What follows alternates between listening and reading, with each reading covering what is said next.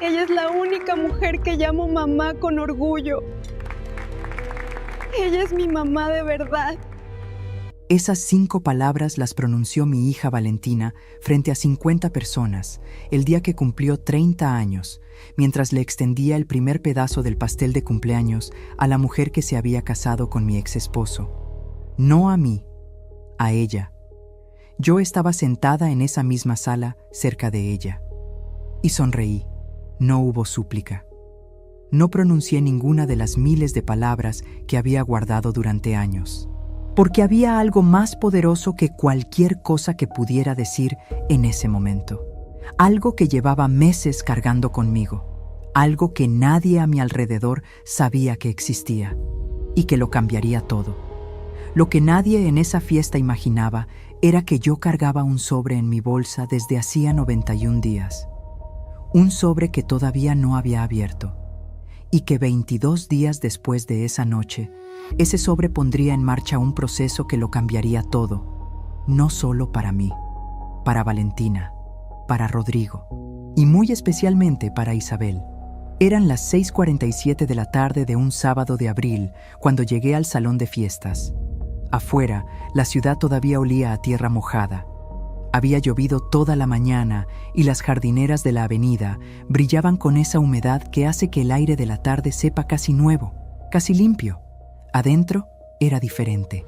El aire era espeso, cargado de ese perfume que yo ya reconocía desde lejos, el de Isabel. Dulce, denso, costoso.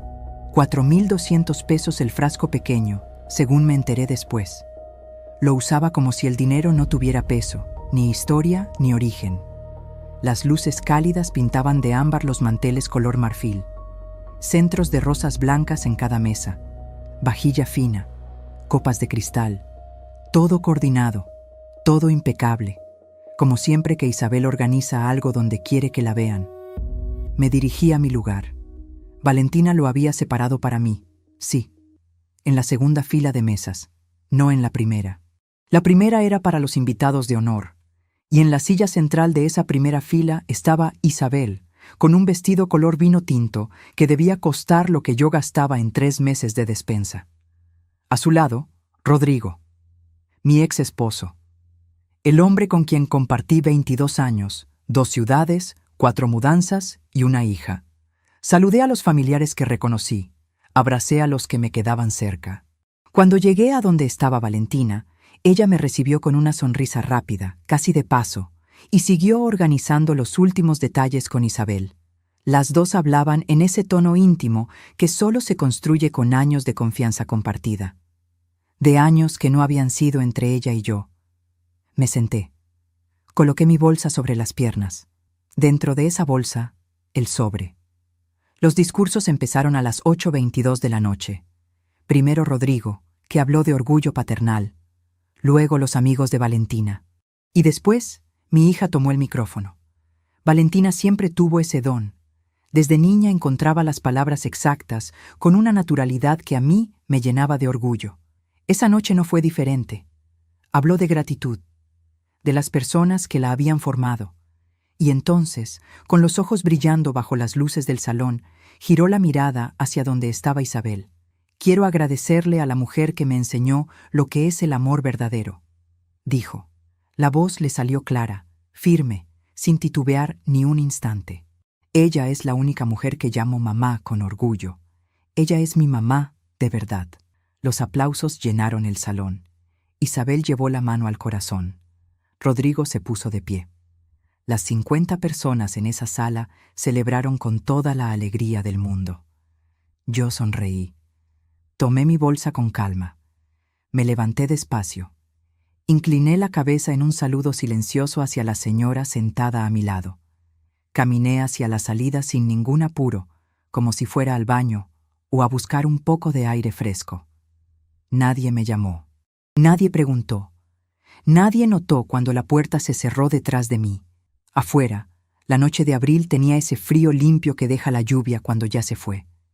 Me senté al volante de mi coche, un sedán gris de 12 años que ha aguantado más tormentas de las que quisiera recordar.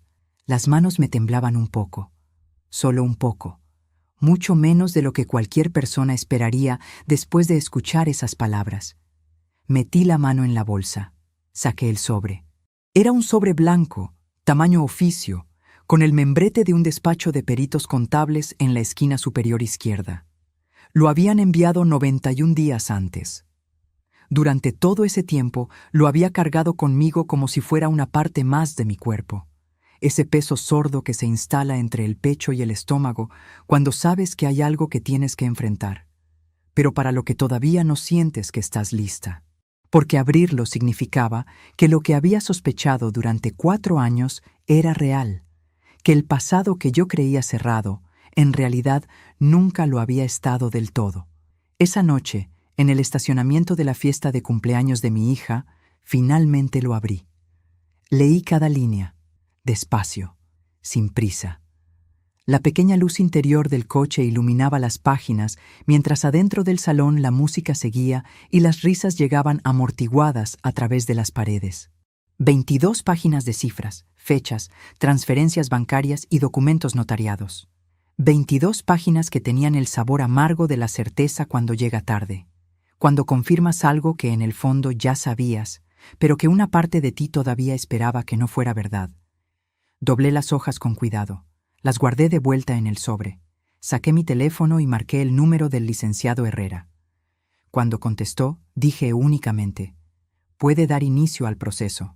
Hasta hoy, Valentina no sabe lo que estaba escrito en esas páginas.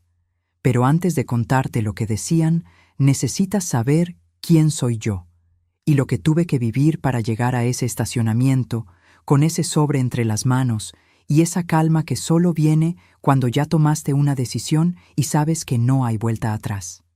Mi nombre es Patricia Morales. Tengo 61 años. Nací en una ciudad de provincia, la mayor de 4 hermanos. Mi padre era contador.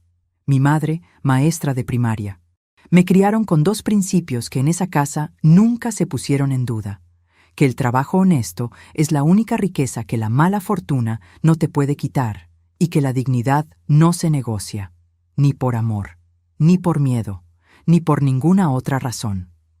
Aprendí a leer los libros contables antes de leer novelas. Estudié contabilidad. Me especialicé en auditoría financiera. Trabajé 38 años en el sector bancario, los últimos 12 como auditora senior en una institución de primer nivel nacional. En esos 38 años, detecté irregularidades por montos que te quitarían el sueño. Documenté casos que terminaron en tribunales. Aprendí algo que pocos entienden. Los números no mienten con datos falsos. Mienten con omisiones, con lo que no aparece, con los espacios vacíos que nadie debería explicar, pero que están ahí, esperando que alguien los encuentre. Lo que nunca imaginé fue que tendría que usar eso en mi propia historia. Pero ya llegaré a eso. Antes necesito pedirte algo.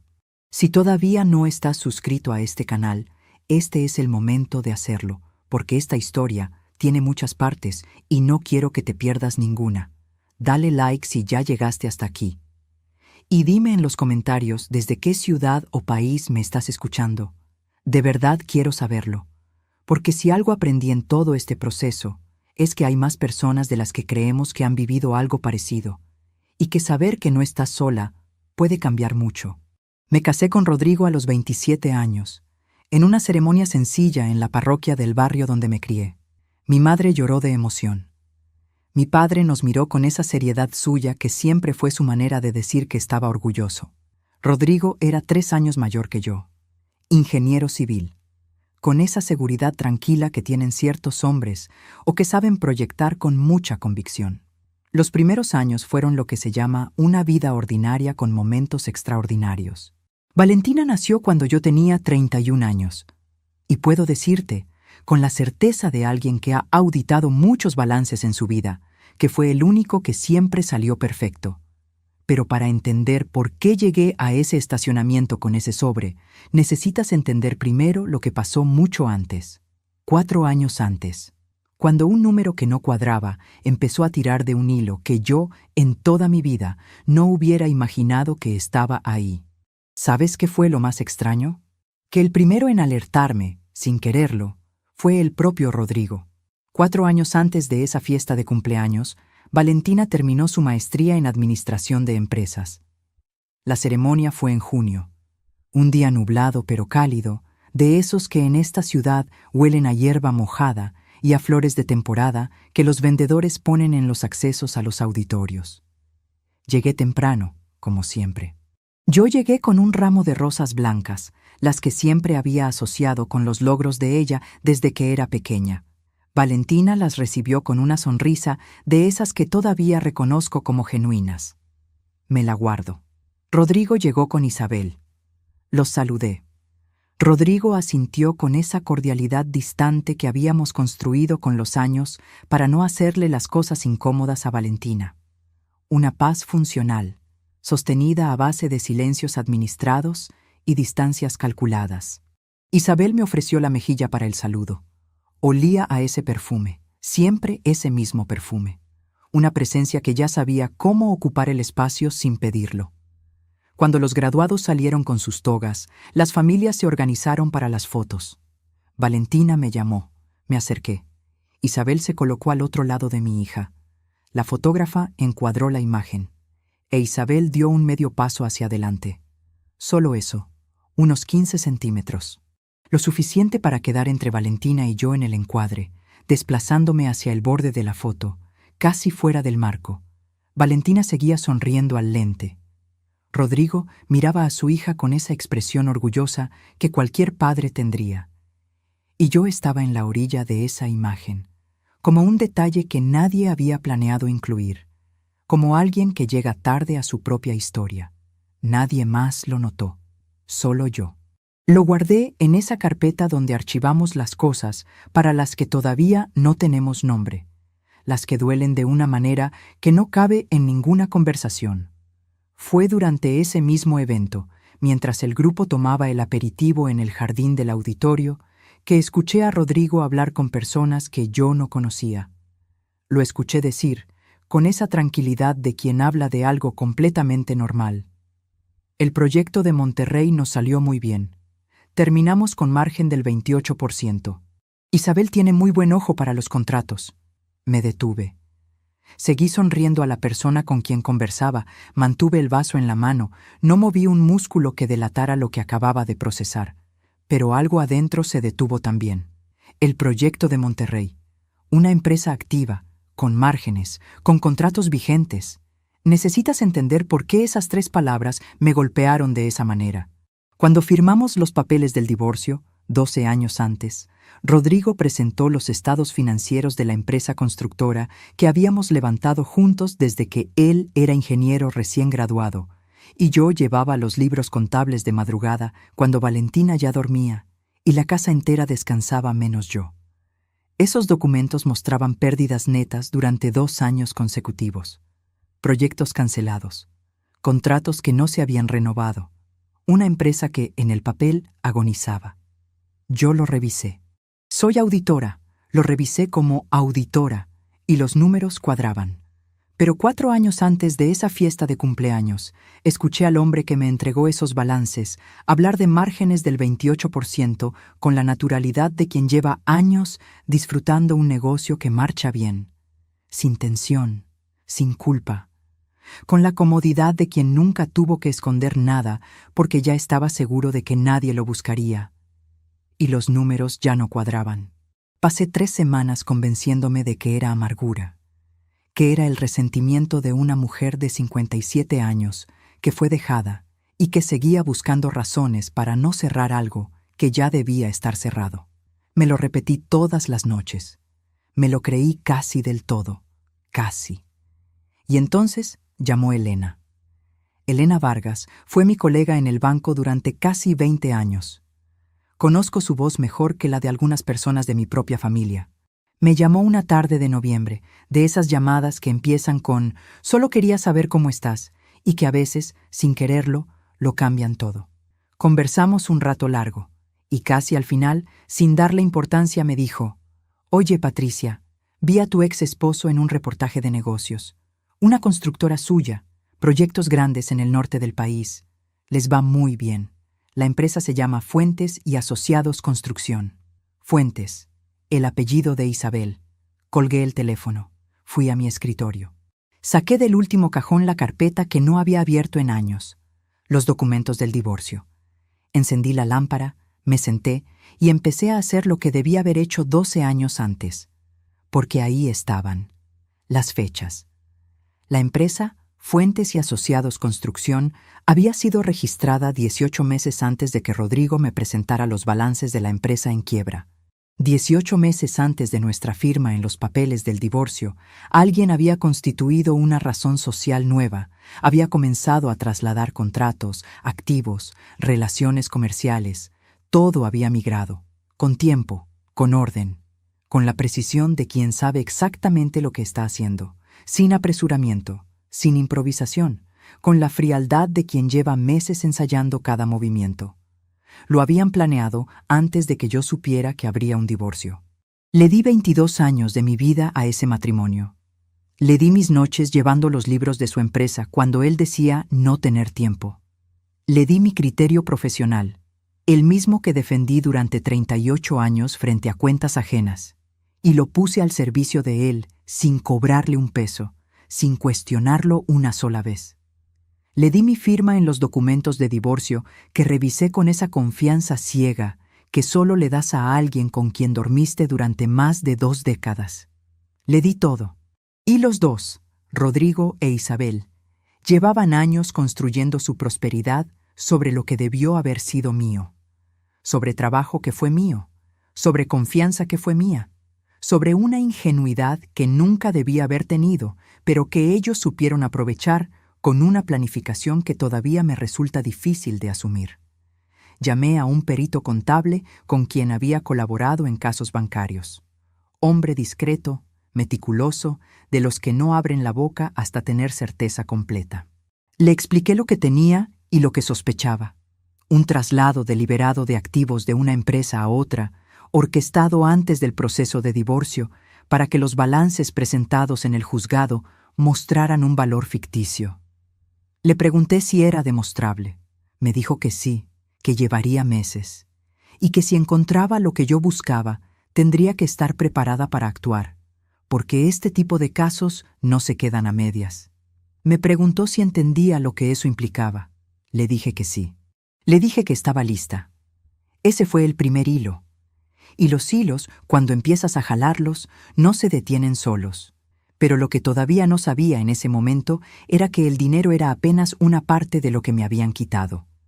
Que había algo que Isabel había estado construyendo con mucho más paciencia que cualquier empresa constructora. Algo que llevaba 12 años edificando, ladrillo a ladrillo, dentro de la mente de mi hija. Con más cuidado, con más intención, con más daño. No era el carácter de Valentina. Ese ya estaba formado cuando Isabel llegó. Era algo más específico. Era una versión de mí, dentro de la cabeza de mi hija, que yo nunca hubiera reconocido como propia. Una imagen construida en susurros, en omisiones, en esas conversaciones que nunca se tienen delante de nadie. Pero para entender eso, necesito llevarte a la primera Navidad después del divorcio. Valentina tenía 18 años. Yo acababa de firmar los papeles 2 meses antes, y todavía dormía con la luz encendida, porque los cuartos silenciosos me pesaban demasiado. Y lo que pasó esa noche de diciembre, a las 9:14 de la noche, me partió de una manera que tardé años en entender del todo. La llamada llegó a las 9:14 de la noche del 24 de diciembre. Yo había puesto la mesa para 2. Valentina tenía 18 años. Estaba en su primer semestre universitario. Y aunque el divorcio era reciente, no se me había ocurrido que pasaríamos esa Navidad de otra manera que juntas. Había preparado el bacalao con el que nos criaron, el que mi madre me enseñó a hacer con aceite de oliva y ajo y que tarda 3 horas en quedar bien. Había puesto flores en el centro de la mesa, una cosa pequeña que siempre hacía porque Valentina de niña me había preguntado por qué las mesas de las películas siempre tenían flores. Y yo le prometí que en nuestra casa también las habría. El apartamento olía a eso, a comida de casa, a vela encendida en la mesa del comedor, a la normalidad que yo intentaba sostener con las 2 manos. Sonó el teléfono. Era Valentina. «Mamá, papá me necesita esta noche». Está solo y no quiero que pase la Navidad sin familia. Voy a quedarme allá. ¿Estás bien?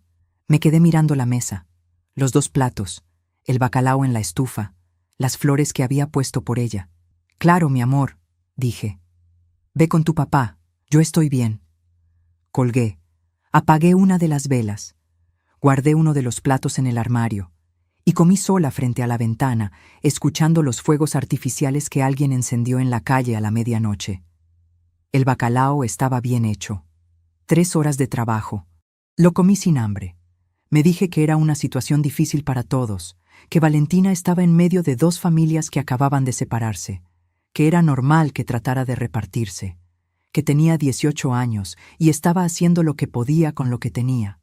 Me lo dije, y lo creí, porque una madre que tiene 49 años y está reconstruyendo su vida desde cero prefiere creer que su hija actúa desde el amor, no desde la presión de alguien que ya llevaba meses trabajando para que las cosas salieran exactamente así. Es más soportable pensarlo de esa manera. Es más soportable creer que el dolor tiene una causa inocente que una deliberada. Esa fue la primera de muchas señales que leí mal. Los años que siguieron tuvieron un patrón que solo pude ver cuando lo miré desde atrás. Valentina estudiaba en la misma ciudad donde vivían Rodrigo e Isabel. Yo estaba a 2 horas en coche. Al principio nos veíamos cada 2 semanas, luego cada mes, luego cuando los calendarios lo permitían, que es una manera elegante de decir cada vez menos. Y así es como se va perdiendo lo que nadie decide perder. No con una ruptura, sino con una suma de postergaciones que en su momento todas parecen razonables.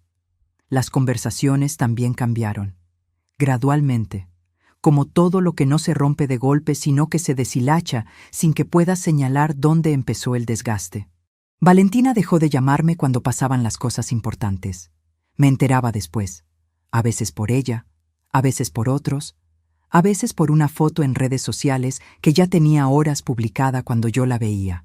El Día de las Madres del 4.º año, después del divorcio, conduje las 2 horas para verla.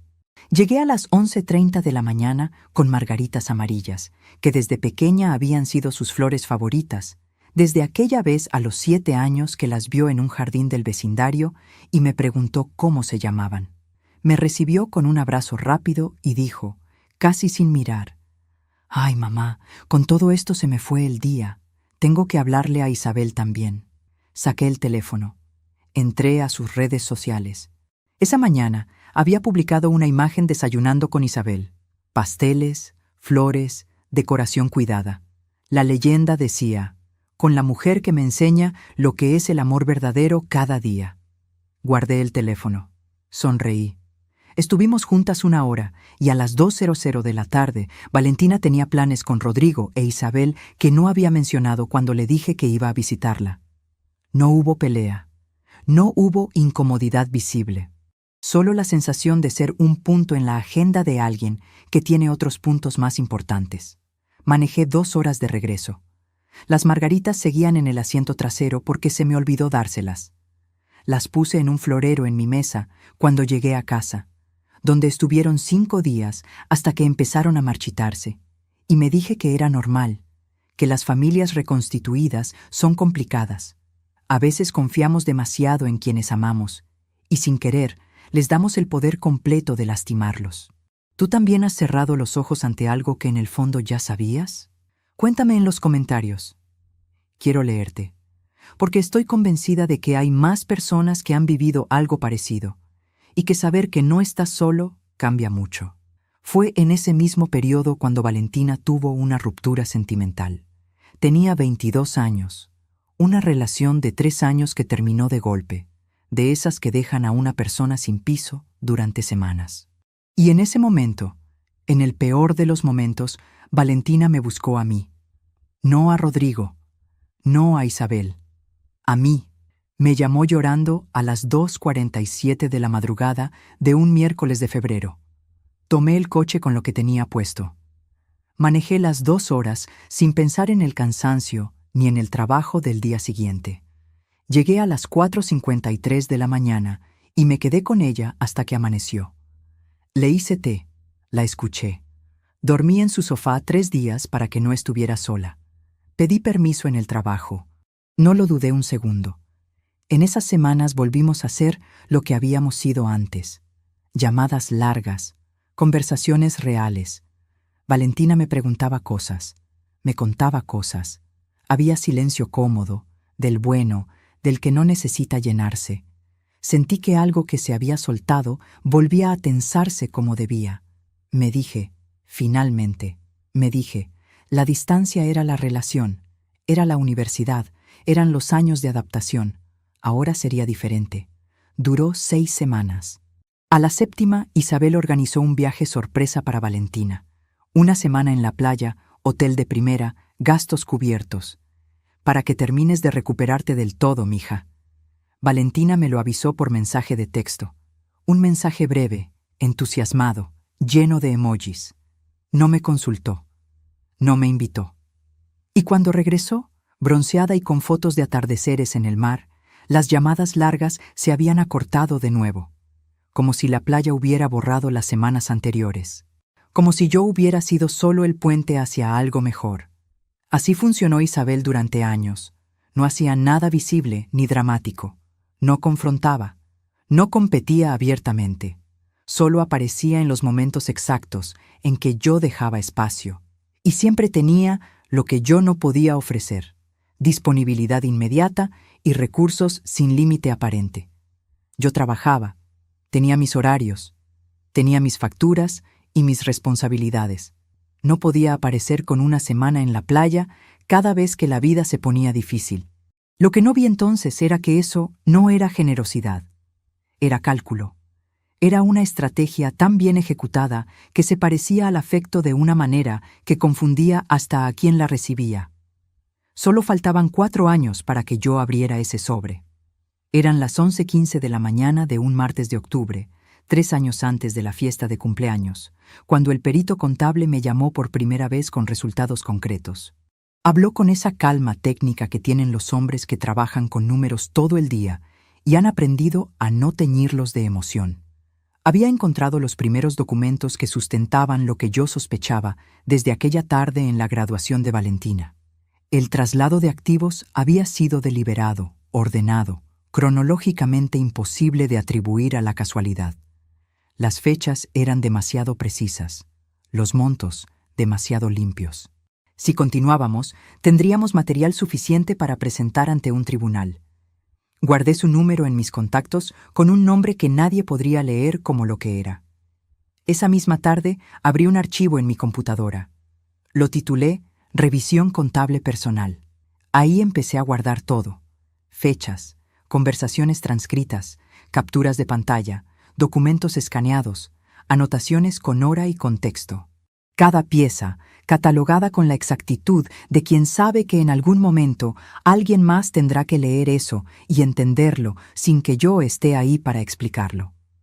38 años de carrera me habían enseñado que los casos se ganan o se pierden en los detalles. Yo no iba a perder este por descuido. El archivo creció despacio. Un documento aquí, una anotación allá. Cómo se construyen las cosas que duran. Faltaban todavía 2 años y 9 meses para que me llegara el sobre. Y mientras tanto, Valentina seguía su vida. Terminó la maestría. Empezó a trabajar. Se mudó a un apartamento propio que Rodrigo le ayudó a conseguir. Cada logro llegaba a mis oídos un poco tarde, como noticias de un país al que ya no tienes acceso directo. Yo seguía siendo su madre. Seguía siendo invitada a los eventos. Ocupaba el lugar que me asignaban en las fotos, en los cumpleaños, en las cenas donde yo quedaba siempre al extremo opuesto de la mesa. Nunca la primera llamada. Nunca la primera consulta. Siempre la segunda opción. Siempre el afecto que se ejerce cuando los demás ya están cubiertos. Y seguí diciéndome que así son los hijos cuando crecen. Me mentí con mucha elegancia durante muchos años. Pero hay algo que no te he contado. Algo que pasó cuando Valentina tenía 26 años, en una cena familiar a la que yo no debí haber ido en silencio. Fue la primera vez que Isabel me dijo algo directamente, a la cara, delante de Valentina, con una sonrisa perfecta y una voz suave. el tipo de cosa que se dice sin levantar la voz, que no se puede repetir sin sonar exagerada, que queda flotando en el aire de la habitación mientras todos siguen comiendo como si nada. Y yo no dije nada. Eso fue lo que más tarde no pude perdonarme. No lo que ella dijo, sino lo que yo callé. Y el silencio que guardé esa noche fue, en cierta manera, el último regalo que le hice a alguien que nunca lo mereció. La cena fue en casa de Rodrigo e Isabel. Era el cumpleaños de Rodrigo, y Valentina me había llamado una semana antes para invitarme. «Va a ser algo pequeño, mamá. Solo familia. Me gustaría que estuvieras». Me dije que era una buena señal, que Valentina quería que sus padres pudieran compartir espacios sin tensión, que había algo sano en eso, algo que merecía ser sostenido. Me puse la blusa de lino gris que compré hace 15 años en un viaje con mi madre y que guardo porque todavía huele a ella cuando la saco del closet. Me puse los aretes de plata que mi padre me regaló el día de mi graduación. Sencillos, los únicos que uso cuando quiero sentirme completa. Salí de casa sintiendo algo parecido a la esperanza. Debí haber reconocido esa sensación como una advertencia. La casa era grande. Construcción moderna en una zona residencial nueva, con jardín delantero iluminado y doble garaje. Los coches estacionados tenían placas de ese año.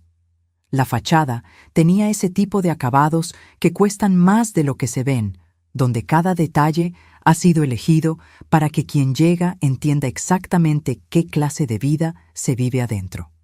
Toqué el timbre. Isabel abrió la puerta. Llevaba una blusa de seda color crema y aretes de piedra verde que debían costar más de lo que yo gastaba en un mes de despensa. Me recibió con esa calidez estudiada que tienen las personas que saben exactamente cómo quieren ser percibidas. No era frialdad ni era afecto. Era algo más refinado, la simulación perfecta del bienvenido. La sala olía a flores frescas y a una de esas velas importadas de vidrio grueso que se ponen para que la visita entienda, sin que nadie lo diga, que ahí vive gente que puede permitirse ese tipo de detalles. Todo en esa sala hablaba de prosperidad. Todo en esa sala había sido construido, al menos en parte, con lo que era mío. Yo, con mi blusa de lino gris y mis aretes de plata de toda la vida, me senté en el sofá y sonreí. La cena estuvo bien durante las primeras 2 horas. Rodrigo estaba afable de esa manera superficial que adoptó conmigo después del divorcio. Ni frío ni cálido, la temperatura justa que evita cualquier fricción. Valentina estaba contenta. Yo participé. Me reí cuando había algo que celebrar. Comí bien. Observé como siempre observo, aunque en ese tipo de cenas me entreno para que no se note. Y entonces, mientras esperábamos el postre, Isabel dijo algo. No fue un grito, no fue una acusación abierta, fue mucho peor que eso. Lo dijo con voz suave, casi con preocupación genuina, mirando a Valentina y luego a mí, inclinando apenas la cabeza, como hace la gente cuando quiere parecer que está siendo delicada con algo frágil, con la sonrisa que nunca le abandonaba el rostro. Patricia, Valentina me comentó que últimamente te has sentido un poco desplazada de las cosas. Lo entiendo. Los cambios de la vida son difíciles para todos, pero creo que sería bueno que hablaras con alguien que te ayude a procesar todo esto, ¿verdad? Lo digo con todo el cariño del mundo. Silencio en la mesa. Valentina miraba el mantel. Rodrigo tomó un sorbo de agua. Las 2 personas que mejor me conocían en ese cuarto no dijeron nada. La miré. Sostuve su mirada 3 segundos, 4, 5. Conté internamente, como se cuentan los segundos en los momentos en que el cuerpo necesita tiempo para que la mente decida qué hacer. Luego sonreí, con exactamente la misma temperatura con que ella había sonreído. Gracias por tu preocupación, Isabel, dije. La voz me salió tan tranquila que a mí misma me sorprendió. 38 años de auditoría me habían enseñado a hablar con calma cuando los números no cuadraban. Siempre reconforta el consejo de las personas indicadas. Tomé mi copa. Bebí despacio. No añadí nada más. Por dentro, algo se había encendido. No era rabia. Era algo más frío, más quieto. La clase de claridad que llega cuando ya no te quedan dudas sobre qué clase de persona tienes enfrente, ni sobre lo que esa persona es capaz de hacer con una sonrisa en el rostro. La rabia agota. Esto era diferente. Esto duraba. Esa noche, al llegar a mi apartamento, abrí el archivo que titulé Revisión Contable Personal. Escribí la fecha, la hora exacta y las palabras de Isabel tal como las recordaba. Sin interpretación, solo los hechos, sin adjetivos, solo lo que dijo, dónde lo dijo y quién estaba presente. Y lo guardé. 2 días después, Valentina me llamó. Mamá, siento cómo salió eso en la cena. Isabel a veces no mide bien lo que dice, pero lo hace desde el cariño, de verdad. ¿Estás bien? Sentí algo parecido al alivio. Valentina lo había notado, lo había reconocido. Había una incomodidad en su voz que era real, y en ese momento me aferré a ella como a algo sólido. Tal vez eso era el principio de una conversación real, de las que ya no teníamos. Estoy bien, mi amor, le dije. ¿Podemos vernos esta semana? Solo las 2. Claro, dijo. Te aviso. Esperé la semana entera. Me avisó el viernes por la noche para decirme que había surgido un plan con Isabel y que mejor la semana siguiente. La semana siguiente tampoco pudo. Y la que le siguió me llamó para decirme que Isabel la había sorprendido con entradas para un evento cultural que ella llevaba meses queriendo ver, así que el fin de semana estaba ocupado. Lo decía sin culpa, sin notar el patrón. Ese era el efecto de 12 años de trabajo silencioso.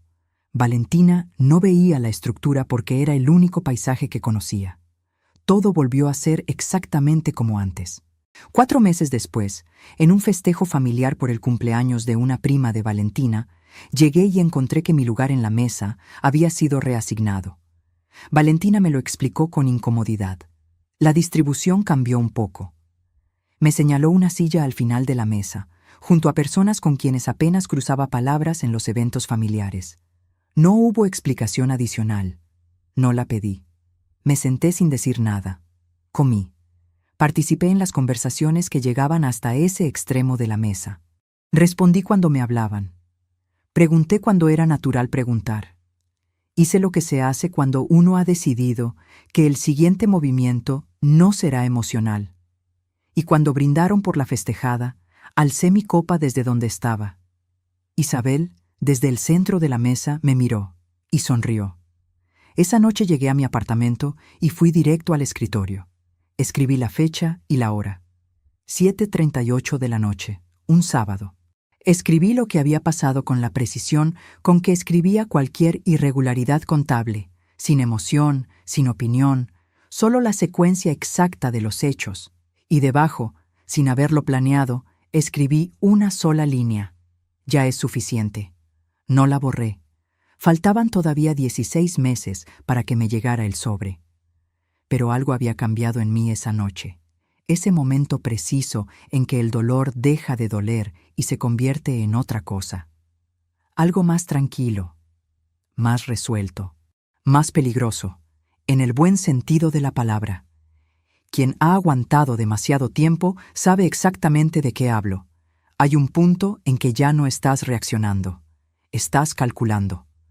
Unos meses después, Rodrigo me llamó. Cosa poco usual. Su voz sonaba conciliadora, casi amable, con ese tono que usan los hombres que quieren parecer razonables porque alguien les pidió que lo parecieran. Me dijo que había notado que las cosas entre Valentina y yo estaban un poco distantes, que le preocupaba, que quizás los tres, él, Valentina y yo, podríamos reunirnos para hablar con calma. Me sorprendió, casi me conmovió, casi. Acordamos una fecha, un café tranquilo, los tres solos, sin Isabel. Valentina llegó con Isabel. No dije nada, pedí un café, escuché. Sonreí cuando correspondía. Observé cómo Isabel participaba en una conversación a la que no había sido invitada, con la comodidad de quien sabe que el espacio ya le pertenece. Y cuando me fui, 1 hora después, supe con absoluta certeza que Rodrigo no había llamado por preocupación genuina. Alguien le había pedido que llamara. Alguien que quería saber qué tan cerca estaba yo de hacer algo y que prefería tenerme a la vista. Esa persona siempre estaba un paso adelante, moviendo las piezas con una paciencia que yo misma habría admirado si no fuera sobre mi propia historia. Solo faltaban 14 meses para que todo cambiara. Lo que todavía no sabía era que el perito contable estaba a punto de llamarme con algo que yo no esperaba. Algo que iba mucho más allá de los balances del divorcio. Algo que involucraba documentos con fechas que no podían ser casualidad. Y que lo que Rodrigo e Isabel habían construido tenía una grieta que, una vez encontrada, no admitía reparación. El tipo de grieta que no necesita que nadie la explique. Solo necesita que alguien la encuentre. Yo la encontré. El perito contable me llamó a las 3:17 de la tarde de un martes de septiembre, 14 meses antes de esa fiesta de cumpleaños. No fue una llamada de actualización como las anteriores. Su voz sonaba diferente, más precisa, más quieta, de esa quietud que no es calma, sino concentración. La voz de alguien que finalmente tiene lo que buscaba y sabe exactamente el peso de lo que está a punto de entregar. «Patricia», dijo, «necesito que vengas al despacho. Hay algo que no te puedo explicar bien por teléfono». No me dijo más. No hacía falta. En 38 años de auditoría, aprendí que cuando alguien dice eso con esa voz, lo que encontró es demasiado grande para caber en una llamada. Reorganicé lo que tenía pendiente esa tarde. Llegué a las 5:00 de la tarde. Sobre su escritorio había 3 carpetas, una impresión de registros mercantiles y una línea de tiempo dibujada en papel milimetrado con una precisión que solo tienen los hombres que no confían en los márgenes de error. Lo miré, y antes de que abriera la boca, ya supe que lo que iba a escuchar era peor de lo que había imaginado. La empresa Fuentes y Asociados Construcción había sido registrada ante el registro mercantil 18 meses antes de que Rodrigo me pidiera el divorcio. 18 meses. Mientras yo cocinaba en esa casa, mientras llevaba a Valentina a la universidad los lunes y revisaba los balances de la empresa para ayudar a Rodrigo con sus cierres de año, mientras creía que estaba construyendo algo junto a alguien que construía lo mismo, él ya estaba construyendo la salida. No lo improvisó cuando las cosas se pusieron mal. Lo planeó cuando todo parecía estar bien. Eso fue lo que más tardé en procesar. No que me hubiera engañado, sino que lo hubiera hecho desde adentro de una vida que yo todavía creía compartida.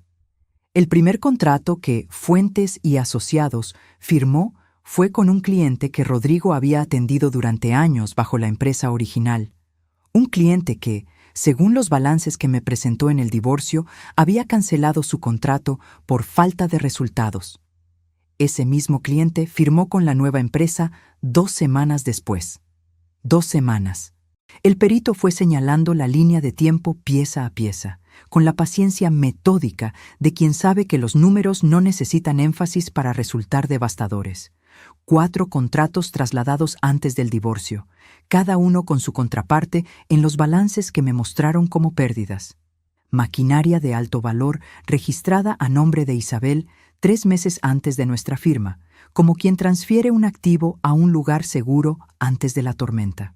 Y la que más me costó procesar, una cuenta bancaria abierta a nombre de Fuentes y Asociados, con un depósito inicial cuyo origen, según los registros rastreados, correspondía a un cobro que Rodrigo había recibido 2 semanas antes de decirme que el negocio estaba quebrado. Habían cobrado por un proyecto mientras me presentaban la empresa en ruinas. Me quedé mirando los papeles varios minutos. La lámpara del escritorio zumbaba suavemente. El perito me dejó estar en silencio porque es el tipo de hombre que entiende que hay momentos en que hablar es una interrupción. Pensé en las madrugadas que pasé revisando los libros contables de esa empresa, con Valentina dormida en su cuarto y la casa entera en silencio. Pensé en la confianza con que firmé. Pensé en lo ordenado que había sido todo. ¿Qué tan documentado está todo esto?, pregunté finalmente. Lo suficiente para presentar ante un tribunal, dijo. Y con el respaldo correcto, lo suficiente para algo más que una demanda civil. Algo más que una demanda civil. Lo dijo con la delicadeza de quien quiere que tú misma llegues a la conclusión. Y llegué. Le agradecí.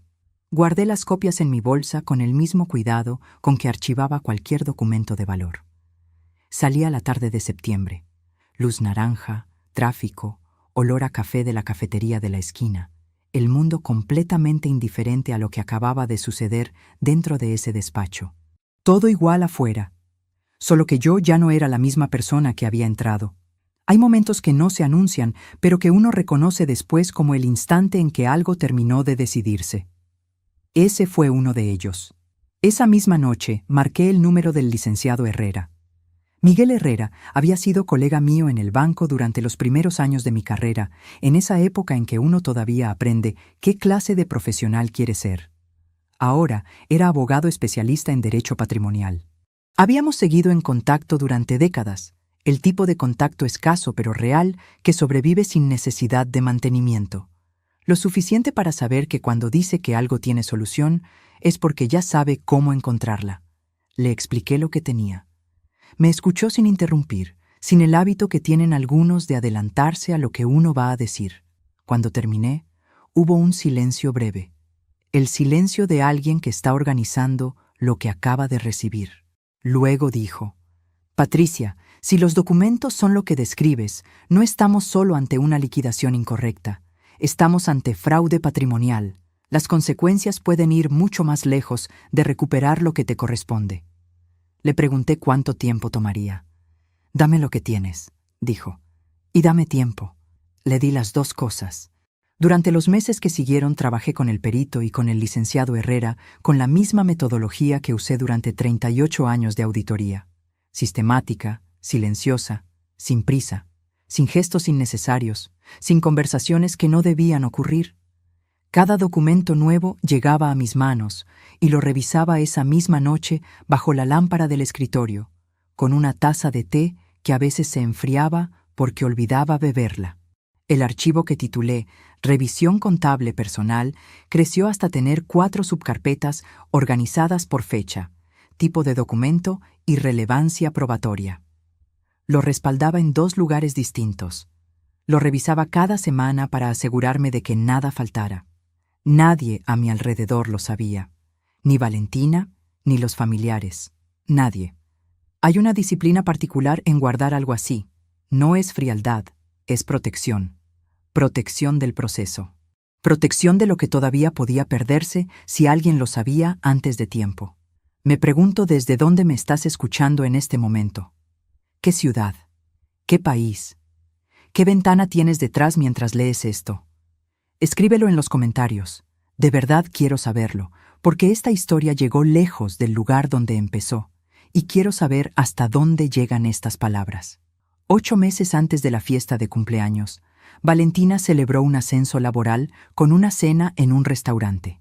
Me invitó con una semana de anticipación, con esa voz emocionada que todavía reconozco desde que era niña y llegaba a contarme algo bueno. Llegué puntual, con una bufanda color vino que compré en el mercado y que me parece la cosa más elegante que tengo. Pequeña en comparación con lo que había en esa mesa, pero mía. Rodrigo e Isabel ya estaban sentados. Isabel llevaba un collar de piedras azules que debía costar lo que Rodrigo decía haber ganado en 3 meses cuando firmamos el divorcio. Me saludó con esa calidez estudiada de siempre, la misma temperatura de siempre, ni 1 grado más ni 1 menos. Rodrigo con su cordialidad distante de siempre. Valentina estaba radiante. Por ella, estaba bien estar ahí. Brindamos por Valentina. Me reí con las anécdotas. Participé en la conversación con genuina alegría por el logro de mi hija, que era real y merecido. Y cuando Isabel le anunció a Valentina, en voz suficientemente alta para que todos lo escucháramos, que ella y Rodrigo ya habían apartado el dinero para un fin de semana en el hotel de montaña que Valentina siempre había querido conocer, vi la cara de mi hija iluminarse de esa manera que solo ocurre cuando algo llega en el momento exacto que uno lo necesitaba. La vi mirar a Isabel con gratitud. La vi apretar su mano sobre la mesa. Sonreí. Aplaudí. Lo hice porque el logro de Valentina era genuino y merecía aplausos, aunque todo lo demás en esa mesa estuviera construido sobre una mentira que yo ya podía medir en páginas, fechas y transferencias bancarias. y cuando llegué a mi apartamento esa noche, me apoyé contra la puerta cerrada y estuve ahí, sin moverme, varios minutos. Escuché el ruido del edificio, el ascensor, los pasos del piso de arriba, la ciudad afuera. No hubo llanto. Los años me habían enseñado que el llanto es para cuando uno todavía espera que algo sea diferente. Yo ya no esperaba eso. Solo ese silencio pesado de los apartamentos que saben demasiado de ti. Después fui al escritorio. Abrí el archivo, anoté la fecha, la hora, lo que había observado, y seguí trabajando. Solo faltaban 6 meses para que todo cambiara. El sobre llegó en enero, un jueves, a las 10:22 de la mañana. El cartero tocó el timbre con esa indiferencia profesional de quien entrega sin saber qué entrega. Firmé el recibo. Vi el membrete del despacho del perito en la esquina superior izquierda. Supe lo que era antes de abrirlo. Lo sostuve en las manos un momento ahí mismo, de pie junto a la puerta, todavía con el bolígrafo del recibo en la mano. 22 páginas. El informe pericial completo, cada documento, cada fecha, cada transferencia numerada y contextualizada. El resumen de años de trabajo paciente convertido en un argumento que no necesitaba interpretación, solo lectura. La prueba de lo que Rodrigo e Isabel habían construido antes, durante y después del divorcio, usando como material lo que por ley había sido mío. Usando como material lo que por sacrificio y por años de trabajo también había sido mío, aunque la ley tardara en decirlo con esas palabras. Lo sostuve en las manos un momento más. Sentí el peso de esas 22 páginas como algo físico, como algo que había costado tiempo y dinero y noches y silencio. Lo guardé en la bolsa con cuidado. Salí a hacer las compras del día como si fuera un martes cualquiera. Compré pan, fruta, leche. Saludé a la señora del puesto de verduras. Volví a casa. Lo cargué durante 91 días, sin abrirlo. Porque abrir ese sobre significaba que comenzaba algo sin vuelta atrás. No quería precipitarme. No quería actuar desde el impulso de una tarde difícil, ni desde el cansancio acumulado de demasiados eventos familiares donde ocupé el extremo equivocado de la mesa. Quería estar completamente segura de estar lista. Quería que cuando diera ese paso, lo diera con la misma claridad con que había construido todo lo anterior, sin apresuramiento, sin fisuras. Lo que no sabía era que la respuesta me la daría Valentina, en el salón de su propia fiesta de cumpleaños, con un pedazo de pastel en la mano, y 5 palabras que nadie en esa sala imaginó que lo cambiarían todo. Llegué a mi apartamento a las 10:41 de la noche de ese sábado de abril. El estacionamiento del salón de fiestas todavía tenía coches cuando salí. Adentro, la fiesta seguía. La música llegaba hasta la calle como algo que pertenecía a otro mundo. Puse la bolsa en la mesa de la entrada. Saqué el sobre. Lo coloqué sobre el escritorio junto a mi laptop con el cuidado de quien deposita algo que ha estado cargando demasiado tiempo. Me preparé un vaso de agua. Me senté. Volví a abrir el sobre. Volví a leer las 22 páginas, esta vez sin la adrenalina del estacionamiento, sin la música llegando amortiguada desde otro mundo, sin el ruido de la fiesta de nadie, solo la lámpara del escritorio, el silencio del apartamento y yo, leyendo con la calma de quien ya sabe lo que dice el texto, pero necesita leerlo de nuevo para que sea completamente real, para que deje de ser un argumento y se convierta en una certeza instalada en el cuerpo. Terminé a la 1:23 de la madrugada. Doblé las hojas. Las coloqué dentro de la carpeta que tenía lista para ellas, la última de 4 que había organizado durante 16 meses de trabajo silencioso. 4 carpetas. 4 años de paciencia, convertidos en evidencia. Los puse en fila sobre el escritorio y los miré un momento antes de apagar la lámpara, porque quiero que sepas exactamente lo que tenía. La primera carpeta contenía los documentos corporativos, el registro mercantil de Fuentes y Asociados Construcción, con la fecha de constitución, 18 meses antes de que firmáramos los papeles del divorcio. Los contratos de clientes que habían migrado de la empresa original a la nueva bajo condiciones que ningún auditor podría justificar como coincidencia. la escritura de una propiedad industrial registrada a nombre de Isabel 3 meses antes del divorcio, con origen de fondos que el perito había trazado con precisión milimétrica. Cada página marcada, cada fecha subrayada con el tipo de calma que da saber que uno no está improvisando. La segunda carpeta contenía las 22 páginas del informe pericial, el trabajo de 14 meses de un hombre meticuloso rastreando cada peso que debió haber aparecido en los balances del divorcio, y no apareció. La diferencia entre lo que me entregaron y lo que debieron entregarme era una cifra que tardé varios segundos en terminar de leer la primera vez que la vi. Una cifra que tenía nombre, y ese nombre era una parte de mi vida que me habían robado con documentos que yo misma había revisado y creído.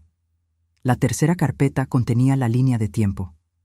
Cada evento documentado con fecha exacta, desde el día en que registraron la nueva empresa hasta el día en que firmé el divorcio. Una cronología que dejaba absolutamente claro que lo que ocurrió no fue una reacción al divorcio. Fue la causa silenciosa de él. No huían de algo que se rompía. Construían algo nuevo mientras lo rompían desde adentro. Y la cuarta carpeta era lo que nadie esperaría de una mujer como yo. 16 meses de registro personal, fechas, conversaciones transcritas. La noche de la cena del cumpleaños de Rodrigo y las palabras exactas que Isabel pronunció sobre mí delante de mi hija con una sonrisa perfecta. La ceremonia de graduación de Valentina y el medio paso hacia adelante. Esos 15 centímetros que nadie más notó, y que yo guardé porque siempre supe que las cosas pequeñas son las que explican las grandes. La cena familiar donde me sentaron al extremo de la mesa. El Día de las Madres, con las margaritas que se quedaron en el asiento trasero. Las llamadas que no llegaron. Las primeras noticias que llegaron tarde. Cada episodio, catalogado con la misma disciplina que aprendí en 38 años de auditoría, aplicada ahora a algo que ningún manual contempla. La documentación del proceso por el que una persona es desplazada, centímetro a centímetro, de la vida de su propia hija. No era rencor, era evidencia.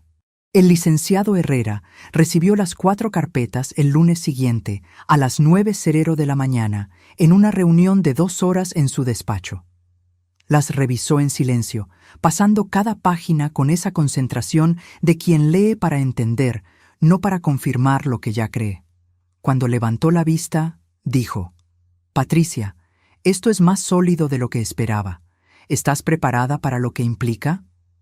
Le dije que llevaba 4 años preparándome. La primera medida legal salió esa misma semana, discreta, formal. El tipo de movimiento que no hace ruido al principio, pero que pone en marcha algo que no tiene reversa, como una grieta que empieza en un punto que nadie ve y avanza sola. Solo faltaban 16 días para que Rodrigo recibiera la primera notificación. No supe exactamente cuándo llegó a sus manos, pero supe cuándo Isabel lo supo. Fue 5 días después de que el licenciado Herrera enviara los primeros documentos. Valentina me llamó a las 7:49 de la mañana de un jueves. No era su horario habitual. Su voz sonaba diferente, no asustada.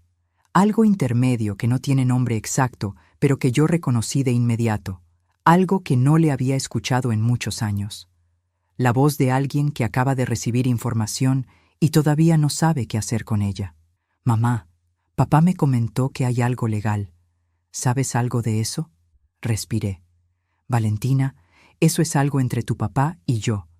Cuando llegue el momento, te cuento todo lo que necesites saber. ¿Cómo estás tú?» Hubo un silencio breve. El tipo de silencio que dice más que cualquier respuesta. «Estoy bien», dijo, aunque su voz decía otra cosa. «Te quiero mucho, mi amor», le dije. Colgué. Me quedé mirando el teléfono sobre la mesa de la cocina. Pensé en todo lo que quería decirle, y no era el momento de decir. Guardé eso también. Ese mismo día, a las 11:32 de la mañana, Isabel publicó en sus redes sociales una fotografía desde un hotel de montaña. Habitación con vista al bosque. Mesa de madera con fruta y una copa de vino. La leyenda decía: «Pausa necesaria, agradecer lo que se tiene». 3 etiquetas, el nombre del hotel, el de Rodrigo y una frase sobre vivir sin remordimientos. El hotel cobraba 7,000 pesos la noche. Me quedé mirando esa publicación con el teléfono en la mano, no con rabia, con algo más parecido a la comprensión fría de quien finalmente entiende del todo cómo funciona alguien. Pensé en las navidades que pasé sola frente a una ventana mientras la fiesta estaba en otra parte. Pensé en el Día de las Madres, con las margaritas que se quedaron en el asiento trasero del coche. Pensé en los años que llevé los libros de una empresa que se estaba vaciando, mientras yo auditaba con toda mi confianza puesta en los números que él mismo me daba. Pensé en lo cara que había sido esa confianza. Y entonces hice algo que no había hecho en mucho tiempo. Me senté a la mesa de la cocina. Me preparé café. Y me permití sentirlo todo, sin compostura que sostener, sin nadie que me viera, sin el hábito de seguir adelante antes de haber terminado de sentir. Le di 4 años de mi vida a esta investigación mientras ellos vivían sin ninguna consecuencia. Le di las madrugadas revisando documentos mientras ella publicaba fotos desde hoteles que se pagaban con lo que era mío. Le di el precio de la discreción cuando hubiera podido hablar. Le di la dignidad de actuar correctamente cuando la rabia me pedía hacer lo contrario. Le di el tiempo necesario para que la evidencia fuera irrefutable y no solo un grito de dolor con documentos. Le di a la justicia la oportunidad de llegar con solidez. No con prisa, no con amargura, con pruebas. Y eso es lo único que nadie puede quitarme. Ni Rodrigo, ni Isabel, ni el tiempo que tardé en llegar hasta aquí. Faltaban 11 días. El licenciado Herrera me llamó el martes siguiente. Me informó que los documentos habían sido recibidos correctamente y que el proceso avanzaba conforme a lo previsto, con la puntualidad de quien trabaja sobre una estructura sólida, que en los próximos días habría movimientos que yo no necesitaba gestionar. Solo esperar. Después de 4 años, esperar 11 días era la parte más fácil. ¿Qué tan serias serán las consecuencias?, le pregunté. Más serias de lo que Rodrigo e Isabel están calculando, dijo. Y más justas de lo que tú crees que mereces. Colgué. Miré las 4 carpetas apiladas en mi escritorio con esa limpieza ordenada de las cosas que ya cumplieron su propósito. Las miré como se miran los objetos que cargaste durante mucho tiempo y que por fin puedes soltar. Mañana sería el día. No, en realidad faltaban todavía 9. Pero cuando se ha esperado tanto tiempo, el tiempo mismo cambia de consistencia. Los días se vuelven más densos, las horas más largas. Uno aprende a vivir en esa tensión tranquila que tienen las personas que ya saben lo que viene y solo están esperando que el reloj confirme lo que la evidencia ya demostró. Es una espera diferente a todas las demás. No es incertidumbre, es anticipación. Lo que todavía no sabía era cómo reaccionaría Isabel cuando la notificación llegara oficialmente a sus manos. Porque una persona capaz de mover piezas con esa paciencia durante años, capaz de construir una imagen dentro de la mente de una hija con 12 años de trabajo silencioso, no recibe las consecuencias en silencio. Y lo que hizo, en el momento en que entendió que esta vez no había manera de reencuadrar la foto para dejarme fuera del marco, fue algo que yo no había contemplado en ninguno de mis 4 años de preparación. El día 22 llegó un miércoles. Lo supe desde la mañana. No porque el licenciado Herrera me avisara con antelación, sino porque hay cosas que el cuerpo reconoce antes que la mente. Me desperté a las 6:18 de la mañana sin alarma. Me preparé café. Me senté frente a la ventana y vi salir el sol sobre los edificios de enfrente con la calma de quien está completamente despierto desde mucho antes. A las 9:47 de la mañana, el licenciado Herrera me mandó un mensaje de 2 líneas. Los documentos fueron presentados esta mañana. La medida cautelar fue admitida. El juzgado procede. Me quedé mirando la pantalla, el café todavía caliente entre las manos. La taza blanca, lisa, sin adornos, la misma que uso todos los días. Afuera, un camión frenó en la calle y el sonido llegó hasta mi sala, con esa normalidad de las ciudades que no saben ni les importa lo que está ocurriendo en un apartamento del 7º piso. Una medida cautelar admitida significaba que los activos de Fuentes y Asociados Construcción quedaban congelados mientras el juzgado revisaba la demanda. Sin esa autorización no podían firmar contratos nuevos. No podían disponer libremente de cuentas. El negocio que habían construido con lo que era mío, detenido, preventivamente, hasta que hubiera resolución. Respondí al licenciado Herrera con 2 palabras. Entendido. Gracias. Puse la taza en el fregadero. Lavé el plato del desayuno. Sequé las manos y seguí con mi día. A las 11:23 de la mañana sonó el teléfono. Rodrigo. No lo contesté. Nunca más lo haría sin que el licenciado Herrera estuviera informado primero.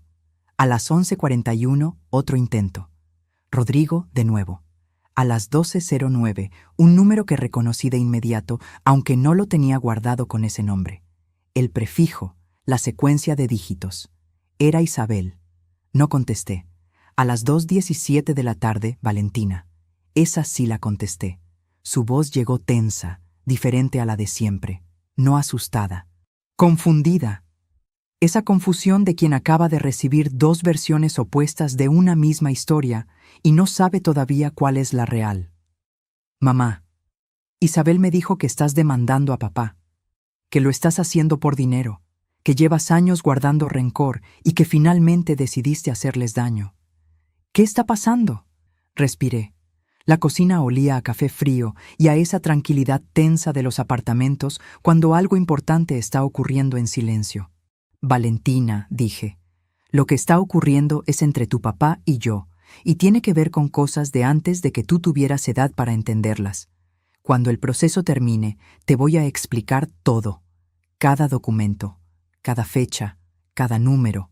Tengo todo listo para mostrártelo cuando sea el momento. Silencio. ¿Estás bien, mamá?, preguntó. Su voz bajó. Fue la primera vez en mucho tiempo que me lo preguntó de esa manera. No de cortesía, de verdad. Estoy bien, le dije. ¿Y tú? Otro silencio. No sé, dijo. Y era la respuesta más honesta que me había dado en años. Te quiero, mi amor. Yo también, mamá. Colgué. Seguí de pie junto a la ventana un momento. Afuera, la tarde de mayo tenía esa luz blanca y limpia que me gusta. Me permití sentirlo brevemente. Luego fui al escritorio y le escribí al licenciado Herrera para informarle que Isabel ya había contactado a Valentina. Su respuesta llegó en 3 minutos. Esperado. No cambia nada. Sigue como estás. Lo que pasó las siguientes horas fue exactamente lo que sucede cuando una persona que ha movido piezas con paciencia durante años se enfrenta por primera vez a algo que no puede mover. Rodrigo llamó 4 veces más ese miércoles. A las 3:51, a las 5:07, a las 6:33, a las 8:45 de la noche, cuando ya estaba sentada a cenar. No contesté ninguna, pero a la 4ª escuché el mensaje de voz que dejó. Su voz no sonaba segura como siempre. Sonaba como alguien que está tratando de encontrar el tono correcto y no lo está encontrando. Patricia, esto no tiene sentido. Podemos hablar. Podemos arreglar esto entre nosotros. No tiene que llegar a tribunales. Llámame. Borré el mensaje. Esa misma noche, a las 9:18, recibí un mensaje de texto de Isabel. Lo leí una vez. Luego tomé una captura de pantalla y se la envié al licenciado Herrera, porque después de 16 meses de documentar todo, no iba a dejar de hacerlo ahora. El mensaje de Isabel decía: Patricia, entiendo que estás herida. Siempre lo he entendido. Pero lo que estás haciendo va a destruir la relación con tu hija. Valentina nunca te va a perdonar esto. Piénsalo bien. Lo leí de nuevo. Valentina nunca te va a perdonar esto. Me quedé mirando la pantalla del teléfono durante quizás 1 minuto. El apartamento estaba en silencio, la cena a medio terminar. La lámpara de la mesa proyectando ese círculo de luz amarilla que conozco de tantas noches de trabajo en ese mismo escritorio. Puse el teléfono boca abajo sobre la mesa y continué cenando. No porque no me afectara, me afectó. Cualquier madre a quien le digan eso siente algo. Lo sentí en el centro del pecho. Ese lugar donde el miedo y el amor son casi indistinguibles. Lo sentí y lo reconocí y lo dejé estar ahí, sin actuar desde él. Porque lo que Isabel no calculó es que una persona que lleva 4 años tomando decisiones racionales en medio del dolor no abandona la razón en el momento más crítico. Una persona que documentó cada paso, que esperó a tener certeza antes de actuar, que eligió cada palabra con el mismo cuidado con que revisa un balance, no va a derrumbarse por un mensaje enviado desde el miedo. Al día siguiente, el licenciado Herrera me llamó a las 8:30 de la mañana. Su voz tenía algo diferente. Satisfacción, quizás, del tipo profesional. Patricia, la contraparte solicitó una reunión. Rodrigo quiere hablar antes de que el proceso avance más. Su abogado planteó que están dispuestos a considerar un acuerdo. Me quedé en silencio un momento. ¿Qué tipo de acuerdo?, pregunté. Todavía no sabemos, pero el hecho de que lo pidan ya te dice algo. Lo que me decía era esto, que alguien que durante 12 años había creído que lo que hizo no tendría consecuencias, estaba empezando a entender que las tendría, y que la pregunta ya no era si el proceso avanzaría, sino hasta dónde llegaría. Respondí al licenciado Herrera: escucha lo que proponen y cuéntame todo. Lo que me contó esa tarde cambió completamente la dirección que yo esperaba que tomara la historia, porque la oferta que Rodrigo e Isabel pusieron sobre la mesa no era lo que cualquier persona hubiera calculado. Era algo que me tomó por sorpresa y que me obligó a tomar la decisión más difícil de todo este proceso, no la decisión de demandar. Esa ya estaba tomada hace tiempo, sino la decisión de hasta dónde llegar. La oferta llegó por escrito, a través del abogado de Rodrigo, un viernes de mayo a las 4:38 de la tarde. El licenciado Herrera me la leyó por teléfono con la precisión metódica que siempre lo ha caracterizado. La propuesta era esta. Rodrigo e Isabel estaban dispuestos a firmar un reconocimiento formal de la diferencia patrimonial calculada por el perito contable. Con intereses acumulados desde la fecha exacta del divorcio, la cifra representaba 12 años de lo que me habían quitado. Además, formalizarían el traspaso ordenado de los activos correspondientes. Todo documentado. Todo legal. Proceso limpio. Aproximadamente 45 días hábiles para cerrar. A cambio, pedían que yo retirara la denuncia penal que había presentado ante el Ministerio Público. El licenciado Herrera guardó silencio cuando terminó de leerla. Era su manera de darme espacio para que procesara sin presión. ¿Cuánto tiempo tengo para decidir?, le pregunté. Nos dan 10 días. Esa noche no abrí ningún archivo. No revisé ningún documento. Me senté en el sillón junto a la ventana, el mismo donde me había sentado tantas noches de esos 4 años, y me quedé mirando las luces de la ciudad. El apartamento olía a jabón de lavanda que había comprado esa mañana y a ese silencio particular de los lugares donde se ha pensado mucho. Afuera, alguien tocaba una bocina. Un perro ladraba. La ciudad seguía su ritmo sin saber nada. La oferta era lo que le corresponde a cualquier persona que recibe de vuelta lo que siempre fue suyo. Pero retirar la denuncia penal significaba algo más que un número en un acuerdo económico. Significaba que lo que habían hecho, documentado en 22 páginas con fechas y cifras que no admitían interpretación, quedaría resuelto como una transacción. Pagado, archivado, cerrado con firma y sello, sin que hubiera consecuencia más allá del dinero. Durante 3 días no le consulté nada a nadie. Caminé más de lo habitual. Comí despacio. Dormí con dificultad. Pensé en mi padre revisando sus libros contables los domingos con una taza de café negro, y en lo que me dijo una tarde cuando yo era adolescente y estaba furiosa por algo que ya ni recuerdo. Patricia, la venganza te mantiene atada a quien te hizo daño. La justicia te libera. Son cosas distintas. Me lo repetí varias veces esos 3 días. Todavía me pregunto si lo que decidí fue lo correcto. Hay noches en que estoy completamente segura, y hay noches en que no tanto. Y quiero preguntarte algo de verdad. ¿Tú qué habrías hecho en mi lugar? Si después de 4 años de trabajo silencioso y paciente te ofrecieran recuperar todo lo que te quitaron, pero a cambio de soltar la consecuencia que más le costaría a quien te hizo daño, ¿lo aceptarías? Escríbelo en los comentarios. Quiero leer cada respuesta. Al 4.º día, llamé al licenciado Herrera. Le dije que aceptaba el acuerdo civil, con dos condiciones.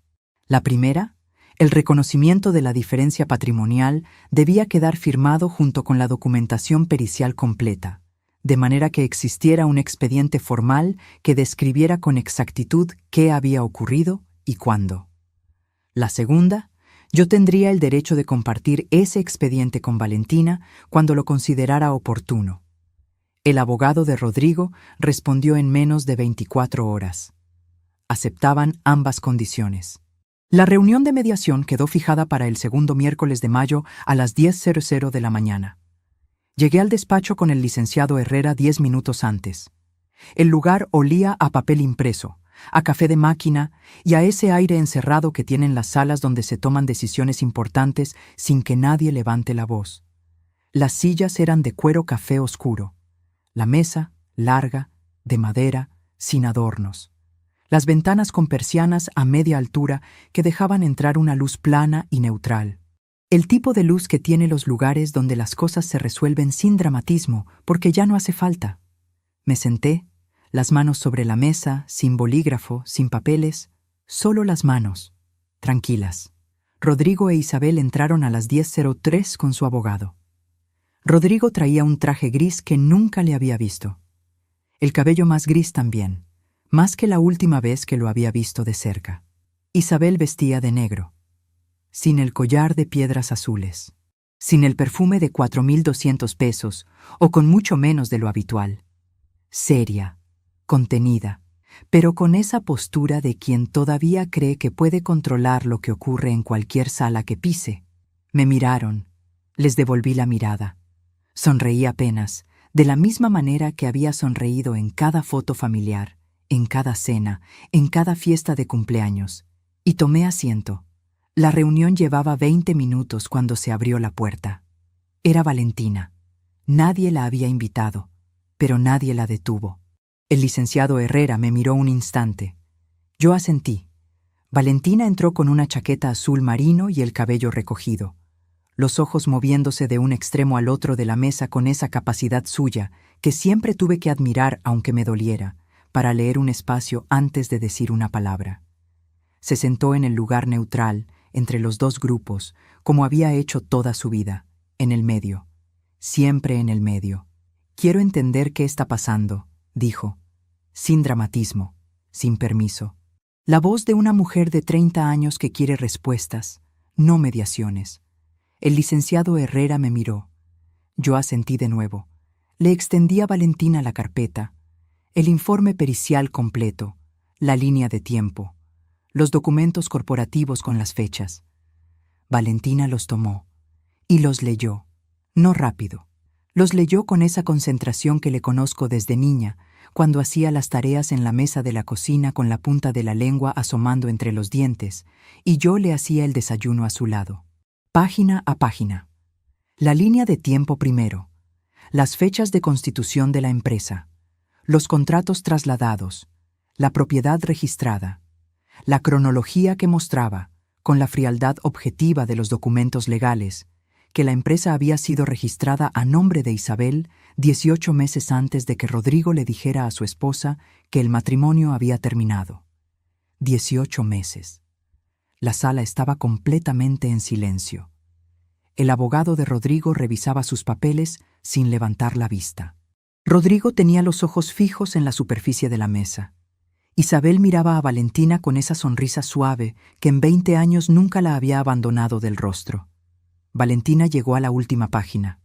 La cerró con cuidado. Levantó la vista y no me miró a mí. Miró a su padre. ¿Cuándo empezó todo esto?, preguntó, sin gritar. Solo la pregunta, directa y limpia como un bisturí. Rodrigo no respondió de inmediato. El abogado intentó intervenir con una frase sobre la complejidad del contexto legal. Valentina lo detuvo con una sola mirada y repitió, más despacio: «Te estoy preguntando a ti». «Valentina», dijo Isabel entonces, con esa voz suave de siempre, con esa cadencia cuidada de quien ha aprendido a modular cada sílaba. «Esto es un proceso muy complejo y hay muchos factores que no aparecen en esos documentos y que no te pregunté a ti. El silencio que siguió fue diferente a todos los silencios de esa mañana. Fue el silencio de algo que acaba de cambiar de lugar para siempre. No violento, no dramático, solo definitivo. Isabel abrió la boca, la cerró, volvió a abrirla, y por primera vez en todo el tiempo que la conocía, no encontró las palabras. Vi algo ocurrir en su rostro que nunca había visto. No fue rabia, no fue miedo exactamente. Fue algo más específico, el momento en que una persona que ha controlado cada conversación, cada fotografía, cada cena, cada mensaje enviado a tiempo, entiende que el medio paso hacia adelante, que dio durante 12 años para quedar siempre en el centro del encuadre, esta vez no fue suficiente. Que la hija que había criado como propia, con recursos y presencia, y viajes de playa y entradas a eventos, estaba sentada frente a ella con una carpeta de documentos en las manos y no le estaba preguntando nada a ella. Le estaba preguntando al hombre sentado a su lado. Rodrigo habló. No a mí, a Valentina, con la voz de alguien que lleva 12 años sin tener que dar explicaciones y que de pronto tiene enfrente una pregunta que no puede esquivar con cordialidad distante. Empezó mucho antes de lo que debía, dijo. No era suficiente, nunca iba a ser suficiente, pero era la verdad, y la verdad, dicha tarde, sigue siendo la verdad. Valentina asintió, solo eso, un asentimiento lento de quien está procesando algo que va a tardar mucho tiempo en terminar de procesarse, y que lo sabe. Los documentos del acuerdo se firmaron esa misma mañana. El licenciado Herrera los revisó con su precisión habitual. Yo firmé con la pluma que siempre uso. Despacio. Con la letra que me enseñó mi padre en una tarde de domingo hace más de 50 años. La misma que tengo desde niña y que no he cambiado nunca. Cuando todo estuvo firmado, me levanté. Recogí mi bolsa. No miré a Rodrigo. No miré a Isabel.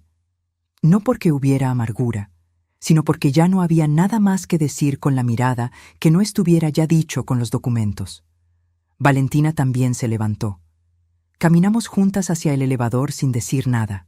El corredor olía a madera vieja y a ese café de máquina que ya nos había salido en la ropa. Nuestros pasos sobre el piso de mármol, el botón del elevador. La espera. Cuando salimos a la calle, Valentina se detuvo en la acera. La luz de la mañana de mayo le daba de frente. Olía a flores del puesto de la esquina, a gasolina, a pan de una panadería que no veía pero que estaba cerca. Todo mezclado con ese aire de ciudad que no sabe ni le importa lo que acaba de ocurrir en el piso 8 de un edificio de oficinas. Me miró. ¿Cuánto tiempo llevas sabiendo todo esto?, preguntó. 4 años construyéndolo, dije. 12 sospechándolo. Valentina asintió despacio. Los ojos brillantes, aunque sin llorar todavía. Ese brillo de cuando el cuerpo no sabe todavía cómo resolver algo demasiado grande para un solo momento. ¿Por qué nunca me dijiste nada? Me tomé un segundo antes de responder. Porque esa pregunta merecía la palabra exacta. Porque no era mi trabajo convencerte de nada, mi amor. Era mi trabajo tener la razón cuando llegara el momento. Y esperar a que ese momento llegara por sí solo. Valentina no dijo nada más inmediatamente. Me abrazó. Fue un abrazo largo, de los que no tienen la prisa de los saludos rápidos en las fiestas.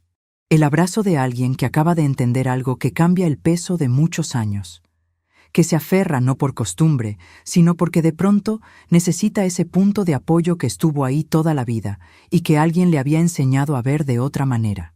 Le devolví el abrazo, sin palabras, sin reproches, sin nada de lo que una madre podría acumular en 12 años de sillas al borde de la mesa, de fotos mal encuadradas, de días de las madres con flores que se quedaron en el asiento trasero del coche.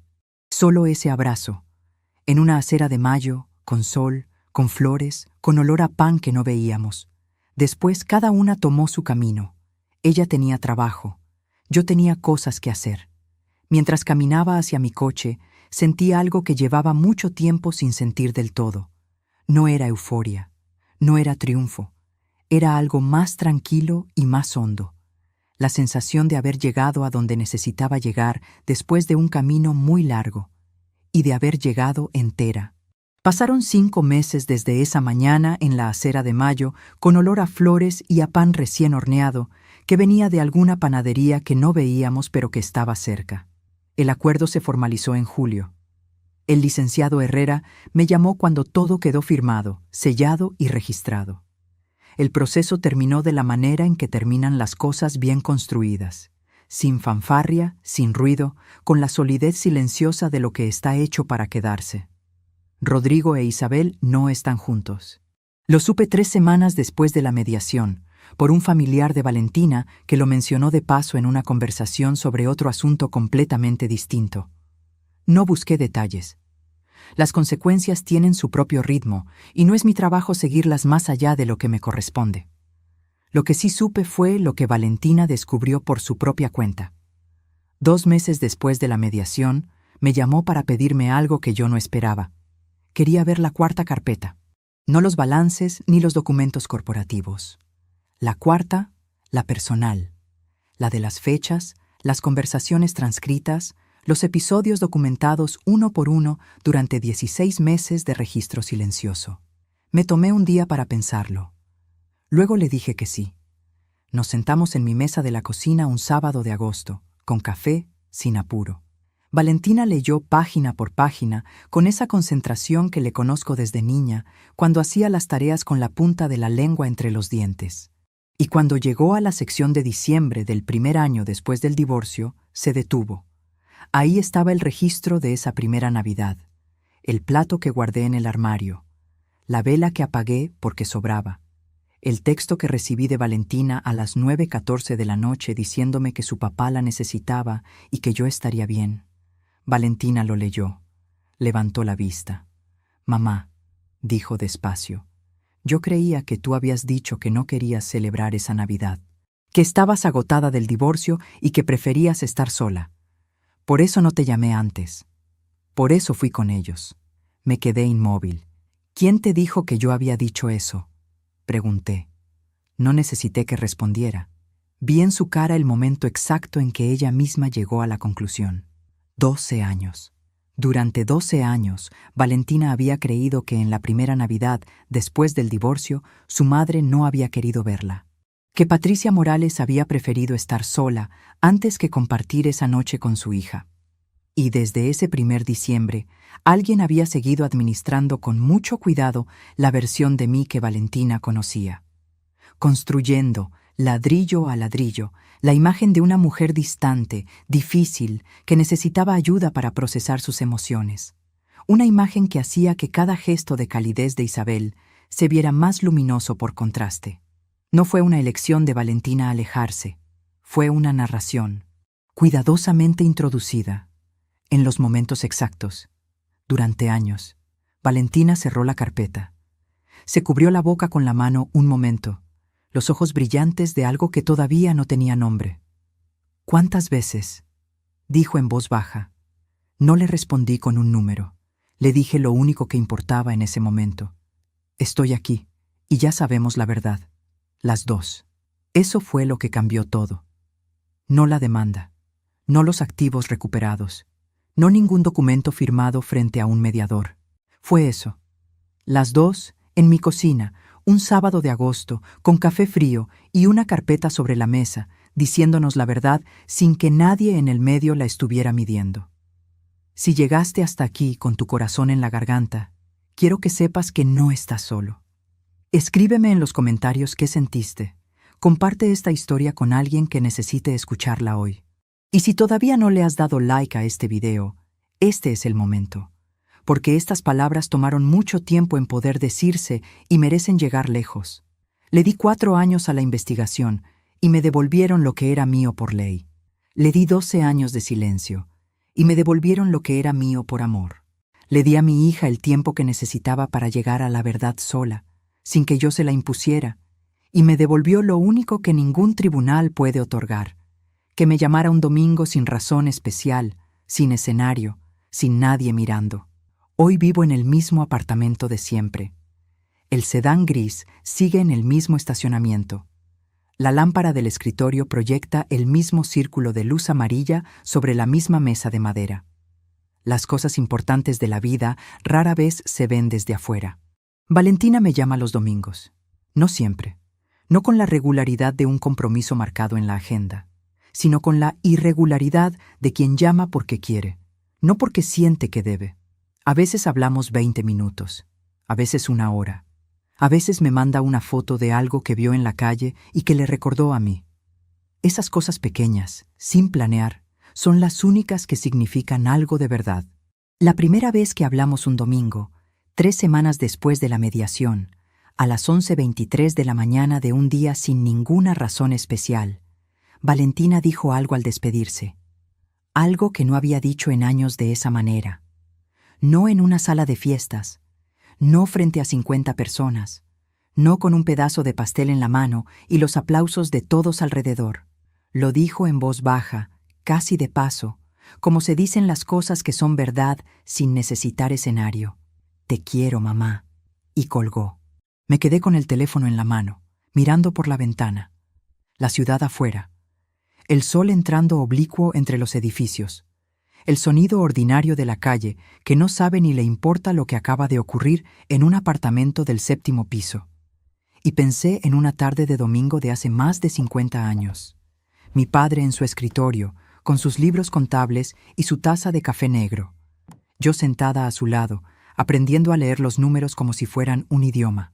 Él nunca me dijo con palabras qué hacer cuando la vida no cuadra. Solo me mostró, semana a semana, que los balances mienten con omisiones, que lo que no aparece en el papel es tan importante como lo que sí está escrito, y que la única respuesta ante un balance fraudulento es tener la paciencia de construir uno verdadero. Eso hice. Años más tarde, en un estacionamiento de noche con un sobre en las manos y la música de una fiesta llegando amortiguada a través de las paredes, escuché las palabras que pusieron todo en marcha. Ella es la única mujer que llamo mamá con orgullo. Ella es mi mamá de verdad.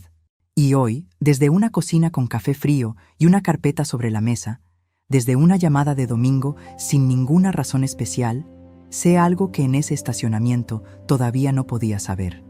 Que la verdad no necesita ser proclamada en un salón lleno de gente. No necesita aplausos, ni discursos, ni primer pedazo de pastel. La verdad solo necesita que alguien tenga la paciencia de sostenerla el tiempo suficiente para que llegue sola a donde siempre debió estar.